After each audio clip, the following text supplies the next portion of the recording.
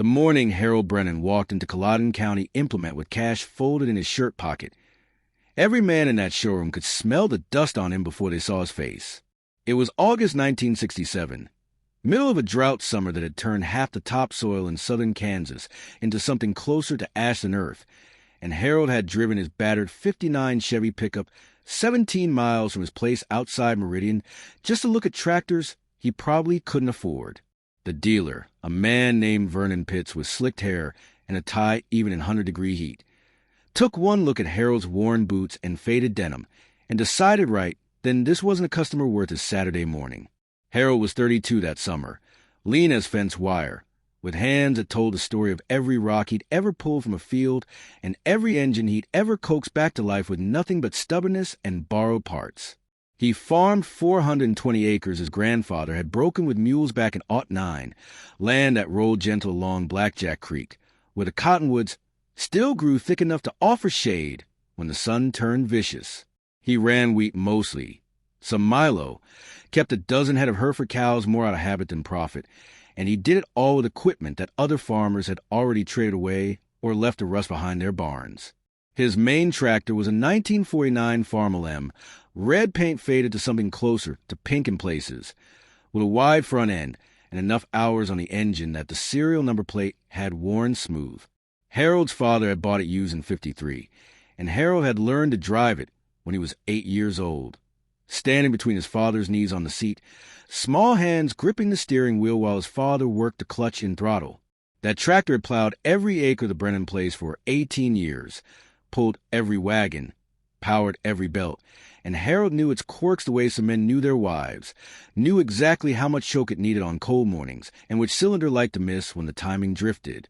But standing in that implement dealership showroom with the new John Deere 4020 gleaming under the fluorescent lights, green and yellow paint, so bright it almost hurt to look at, Harold felt something he didn't much like feeling, felt small and behind and old-fashioned in a world that was racing forward, whether he kept up or not.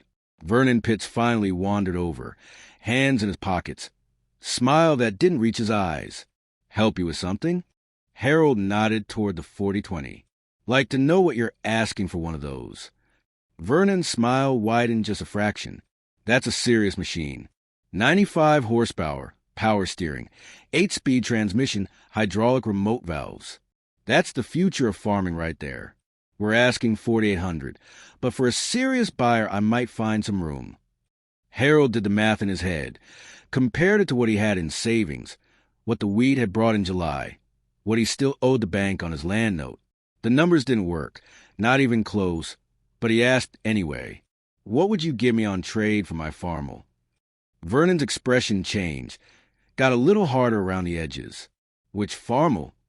"M49 model. Runs good. New clutch last spring. Rebuilt the carburetor myself 2 years back." Vernon actually laughed, short and sharp. "A 49M? Hell, friend, that thing's old enough to vote.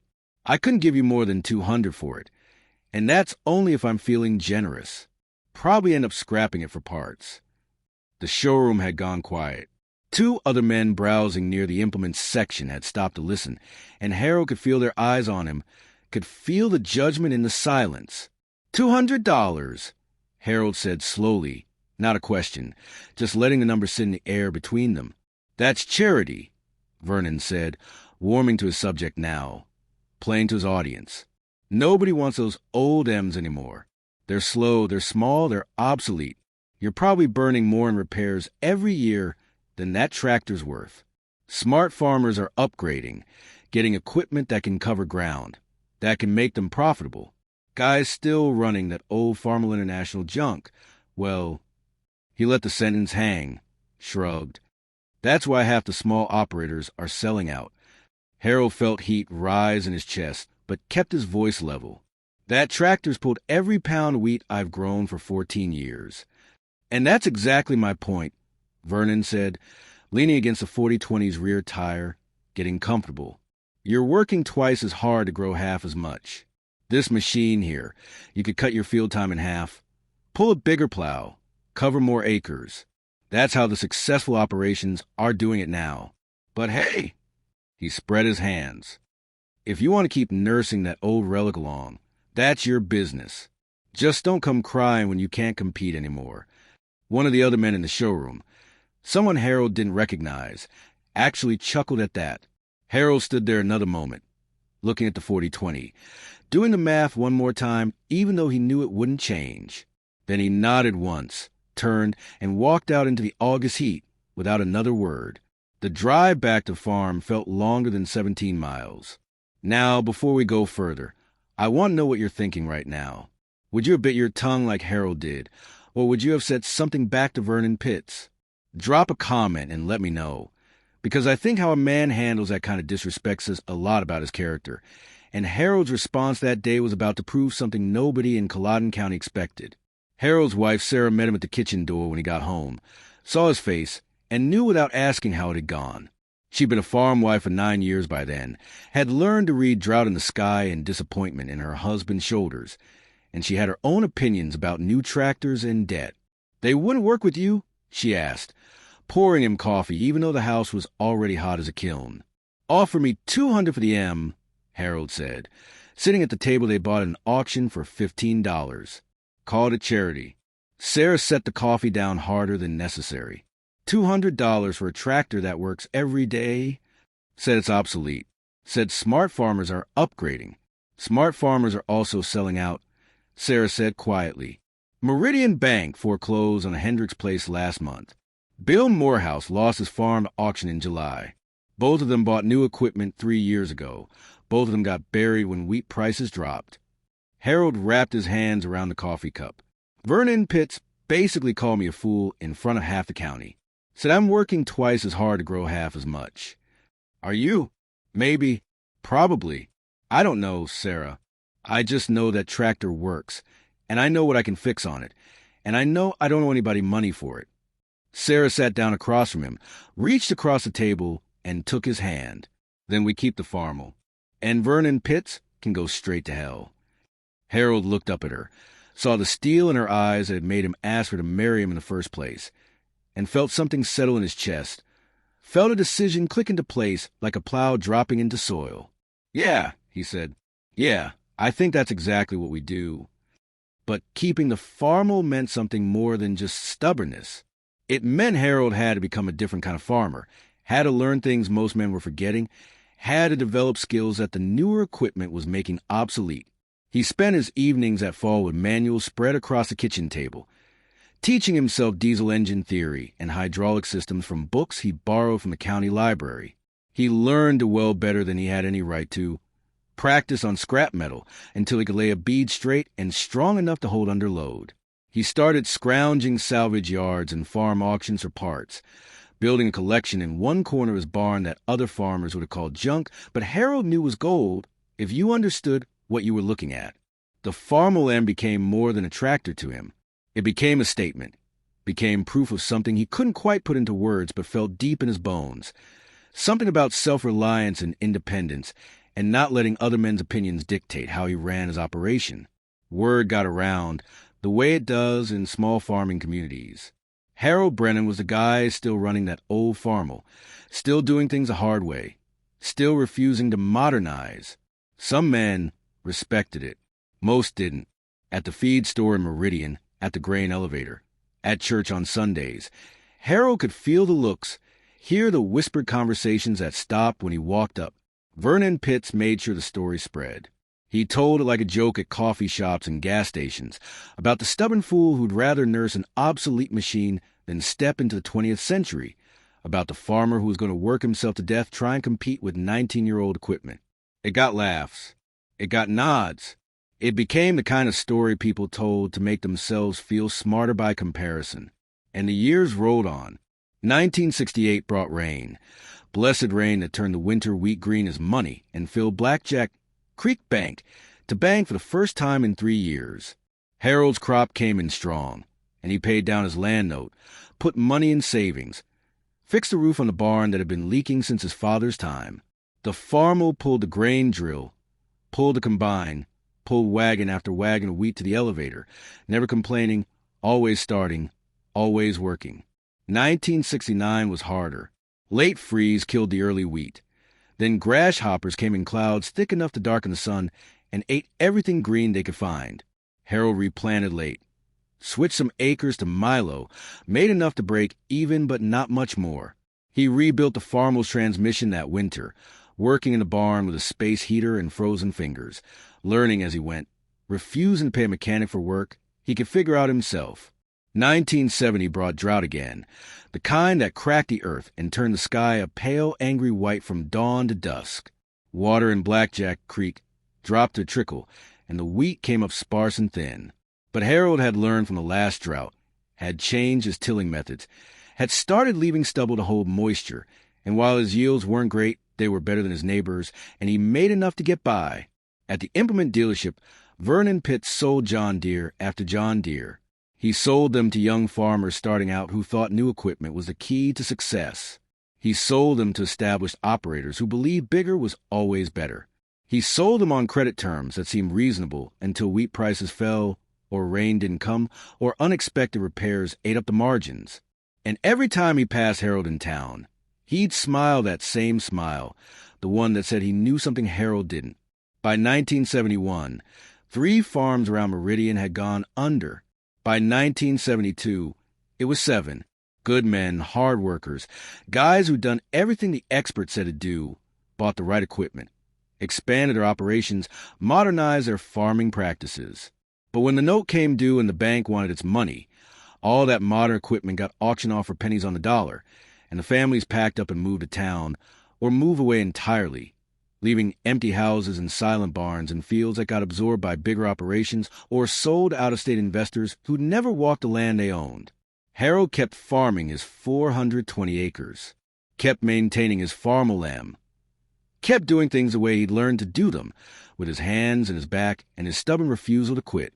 If you're enjoying this story, do me a favor and hit that subscribe button, because I got dozens more tales like this one about farmers who survived by doing things their own way, about men who understood that newer doesn't always mean better, and about the price communities paid when they forgot the wisdom that got them through the hard times. 1973 brought changes nobody saw coming. Arab oil embargo hit that October, and diesel prices jumped so fast it made farmers' heads spin. Suddenly, those big new tractors with the powerful engines and the modern technology were burning fuel that cost twice, then 3 times what it had cost a year before. Farmers who planned their budgets around cheap diesel were scrambling, trying to figure out how to cover their fields without going broke on fuel alone. Harold's Farmall, with its smaller engine and simpler design, sipped fuel compared to the newer machines. What had seemed like a disadvantage, that lower horsepower and slower operating speed, suddenly became an asset when every gallon cost real money. He could still plow his acres, still pull his equipment, still get his work done, and he was spending a third what his neighbors were spending on diesel. That winter, a farmer named Ray Thornton, who ran a section and a half on the north edge of the county, stopped by Harold's place one Saturday morning. Ray drove a new GMC pickup and farmed with a 4430 John Deere he bought in '71. And he and Harold had never been particularly close. Ray had been one of the men in the implement dealership that day in '67, one of the ones who'd heard Vernon Pitts call Harold a fool. Harold was in the barn working on the Farmall's brakes when Ray pulled up. He came out wiping grease off his hands, waited while Ray got out of the truck, and stood there looking uncomfortable. "Help you with something, Ray?" Ray cleared his throat. "I'm going to sell out. Harold told my wife this morning. Can't make the numbers work anymore. Equipment payments, land payments, fuel costs, everything's just piled up too high." Harold didn't say anything, just waited. "Thing is," Ray continued, "I remember what Vernon Pitts said to you that day. Remember you walking out of there. Most of us thought you were done for, thought you'd be selling inside 2 years." He looked at the barn, at the Farmall visible through the open door, at the farm that was still operating while it was about to end. "Guess you were the smart one after all. I'm sorry about your place, Ray. That's hard." "Yeah." Ray kicked at a dirt clod. "I just wanted to say, I was wrong about you. A lot of us were." After Ray left, Harold went back to working on the brakes, but his hands were shaking slightly, and it wasn't from the cold. 1974, 1975, 1976. The years kept turning. Fuel prices stayed high. Wheat prices bounce around. Rain came or didn't. Harold kept farming. The Farmall M passed 3,000 hours, then 4,000, then 5. Harold rebuilt the engine in the winter of '76, bored the cylinders, installed new pistons and rings, timing gears, bearings, gaskets, everything that moved or sealed or wore. He did it himself over the course of 3 months, learning from manuals and trial and error, taking photographs as he disassembled, so he'd remember how everything went back together. When he fired up that spring, the engine ran smoother than it had in 20 years, purred like it was grateful for the attention, and Harold stood there in the barn listening to it idle and felt something close to love for that machine, felt connected to it in a way he couldn't quite explain to anyone who hadn't spent 1,000 hours keeping something alive through knowledge and sweat. More farms sold. More families left. The Mercantile and Meridian closed in '75. The grain elevator consolidated with 2 counties over in '76. The county fair that had run every September since 1907 got canceled in '77 for lack of participation. The community was shrinking, drying up, blowing away like topsoil in a dust storm. But Harold's farm endured. By 1977, 10 years after Vernon Pitts had called him a fool and offered him $200 for his obsolete tractor, Harold Brennan owned his land outright. Every acre paid for. Every note cleared. He'd made the final payment to Meridian Bank in July, and the county clerk had filed the satisfaction of mortgage on July 22nd. And that piece of paper meant more to Harold than any trophy or award could have meant. He was 42 years old. His Farmall M was 28. They were both still working. Sarah threw him a small party, just a few close friends and neighbors who'd also survived the decade, people who understood what it meant to still be farming when so many others had given up or been forced out. They grilled steaks in the yard, drank beer in the evening coolness, told stories about close calls and narrow escapes, and the times they thought for sure they wouldn't make it. Someone asked Harold what his secret was, how he'd managed to hold on when bigger operations with better equipment had folded. Harold thought about it for a while, watching the sun go down over his wheat fields, watching the light turn everything gold and amber and purple. I think maybe I just didn't try to be something I wasn't, he said finally. Didn't try to outproduce the big operators. Didn't try to compete on their terms. Just tried to run a farm I could afford, with equipment I could fix, growing crops I understood, living on less than I made. Nothing fancy. Nothing complicated. Just sustainable. And stubborn, Sarah added, smiling at him from across the yard. Don't forget stubborn. Yeah, Harold agreed. That too. Now I want to hear from you folks watching this. Would you have had the discipline Harold had to keep running old equipment when everyone around you is upgrading? Could you have handled being called obsolete and foolish year after year? Leave me a comment with your thoughts, because this kind of pressure to modernize or die, that's something every generation of farmers faces in different ways. The day Vernon Pitts' dealership closed came in September of 1977, and Harold heard about it at the feed store before he saw the signs on the door. The implement business had gotten too tight, too competitive, margins too thin.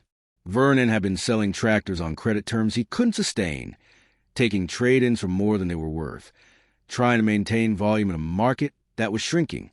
The bank called his notes. The manufacturer pulled his franchise. The whole operation went under in less than a month. Harold drove into Culloden on a Friday afternoon and pulled up in front of the shuttered dealership. The showroom windows were empty. The lot with the shiny new John Deeres had sat was bare concrete, and there was a bankruptcy sale notice taped to the front door. He sat in his truck for a few minutes, looking at it, trying to figure out how he felt. He didn't feel triumphant, didn't feel vindicated. Mostly he felt sad, felt like he was looking at one more piece of the rural world he'd grown up in crumbling away, one more part of the community infrastructure that had supported farmers for decades just gone. But he also felt something else, something harder and clearer. He felt like he'd been proven right about something important, something that went deeper than just tractors or business practices. He'd been proven right about the value of self-reliance, about the danger of debt, about the difference between what you need and what someone's trying to sell you.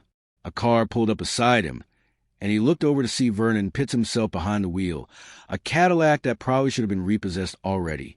Vernon looked at Harold, and for a moment their eyes met through two sets of car windows, and Harold saw something in Vernon's face he'd never seen before, saw defeat and humiliation, and a particular kind of shame that comes from being loudly wrong about something you were loudly right about.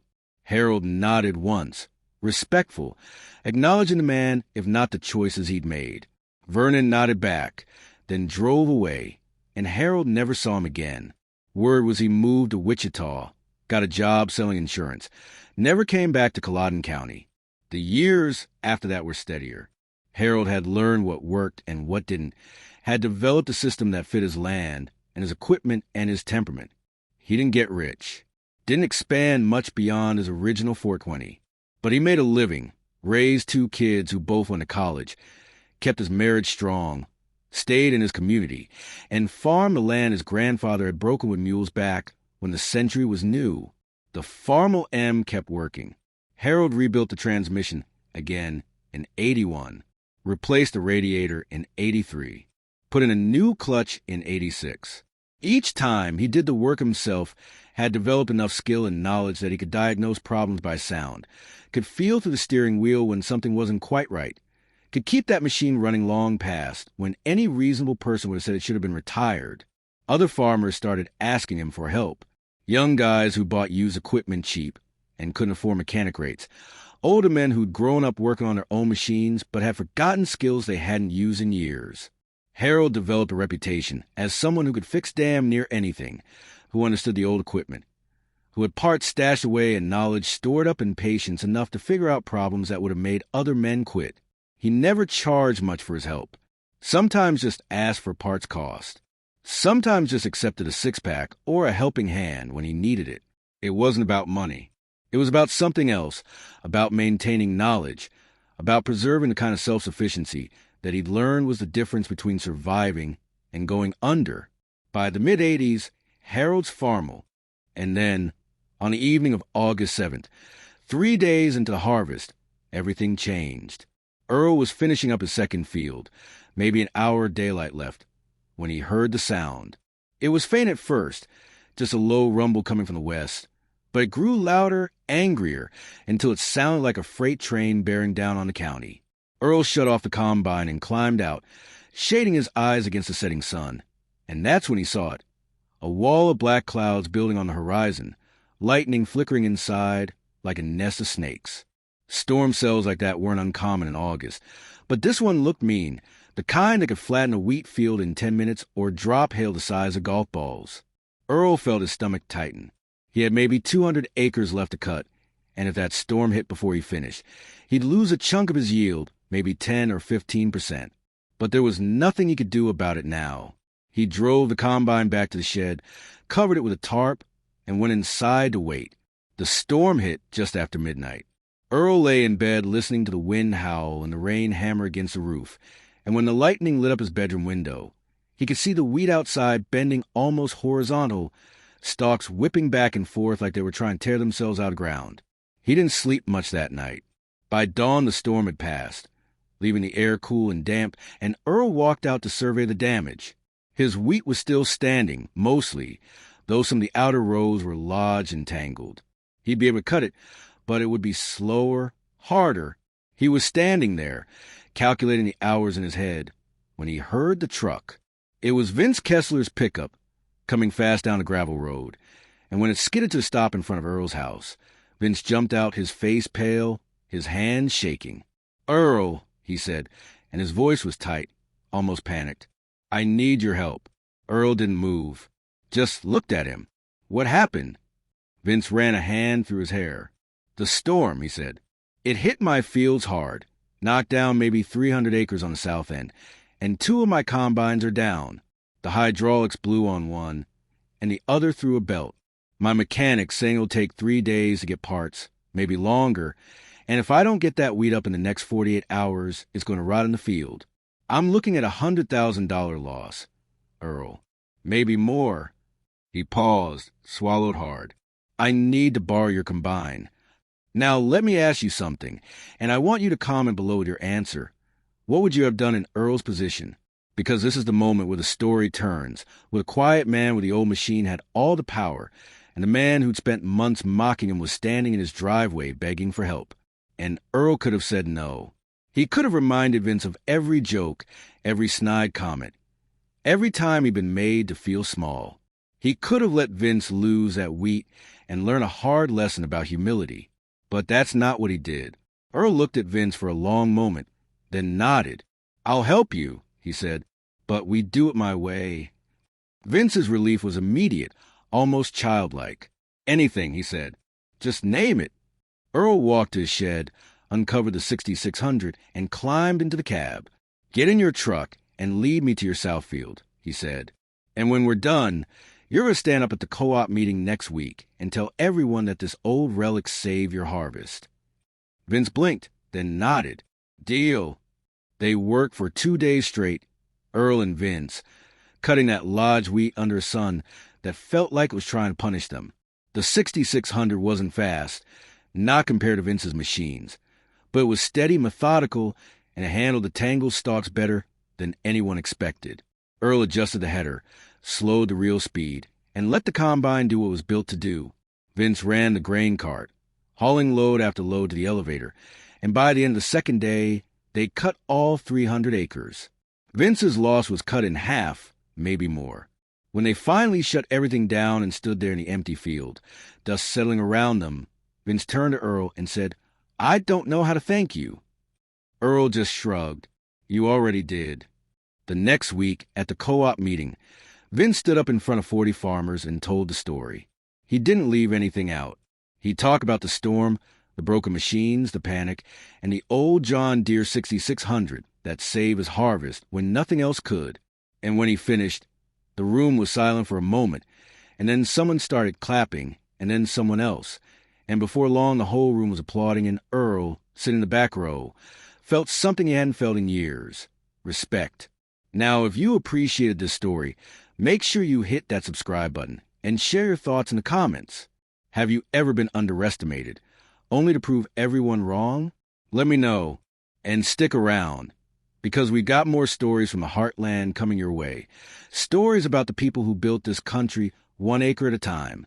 Earl finished his own harvest 2 weeks later. The 6600 never missed a beat. And the next spring, when Vince invited him to the equipment show again, Earl went, and this time, when people saw him, they nodded. They shook his hand. They asked him about his combine. And Earl, in his quiet way, just smiled and said, "It runs fine."